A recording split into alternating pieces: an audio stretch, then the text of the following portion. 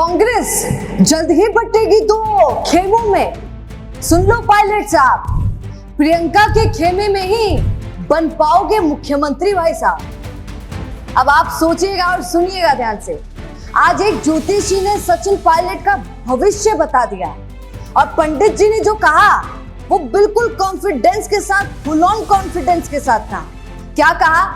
पंडित जी बोल रहे हैं कि सचिन पायलट बहुत अच्छे इंसान है, न जाने कैसे भाई साहब राजनीति में आ गए, इतने सीधे हैं हमारे पायलट साहब। पर पायलट साहब बहुत पहले ही मुख्यमंत्री बन चुके होते, ये ज्योतिषी बोल रहे हैं। पर उनके कॉन्फिडेंस की कमी और इर्द गिर्द की ऊर्जाओं के कारण वो मुख्यमंत्री नहीं बन पाए। अब जरा सोचेगा, थोड़ा सा ठहरिएगा और दिमाग लगाइएगा। इर्द गिर्द की ऊर्जाएं कौन सी भैया? कहीं अशोक गहलोत जी की बात तो नहीं कर रहे हैं। पर पायलट साहब का भविष्य बहुत अच्छा है, ये पंडित जी ने बताया। उन्होंने बताया कि सचिन पायलट मुख्यमंत्री बन सकते हैं, पर उसके लिए पहले कांग्रेस को दो टुकड़ों में टूटना पड़ेगा। और उन्होंने कहा है, ये भविष्यवाणी की है कि आने वाले समय में कांग्रेस दो टुकड़ों में टूटेगी और नई कांग्रेस बनेगी। एक होगी प्रियंका दीदी का खेमा, एक होगा राहुल भैया का खेमा। और पंडित जी ने यह भी कहा कि नई कांग्रेस में ही पायलट को मुख्यमंत्री बनने का मौका मिल पाएगा और नई कांग्रेस में ही पायलट राष्ट्रीय स्तर के नेता बन पाएंगे। अब देखिए, मुख्यमंत्री वाली बात तो हमको समझ आती है, ये जो राष्ट्रीय नेता बनने की बात है, अब आपका दिमाग ऐसे घूमेगा कि राष्ट्रीय नेता बनेंगे तो कौन से नेता बनेंगे, कौन सा पद उनको मिल सकता है? कई सारे पद हैं।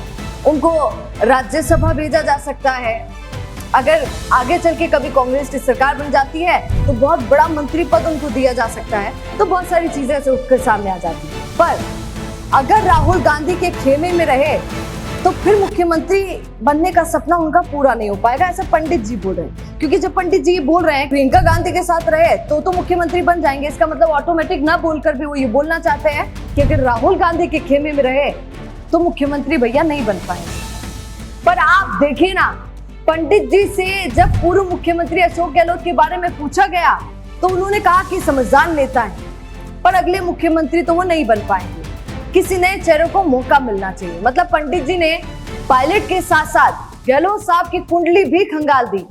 पर बेचारे अशोक गहलोत साहब तो आप देखिए कैसे भी बीच में एक अफवाह उड़ी थी। अब वो अफवाह थी, कितनी सच्चाई उसमें मैं नहीं बोल रही हूँ, पर ऐसा बहुत लोगों ने बोला कि आजकल अशोक गहलोत जी की जैकेट का रंग बदल गया है, तो शायद उन्होंने भी ज्योतिषी को कुंडली अपनी दिखा ली है।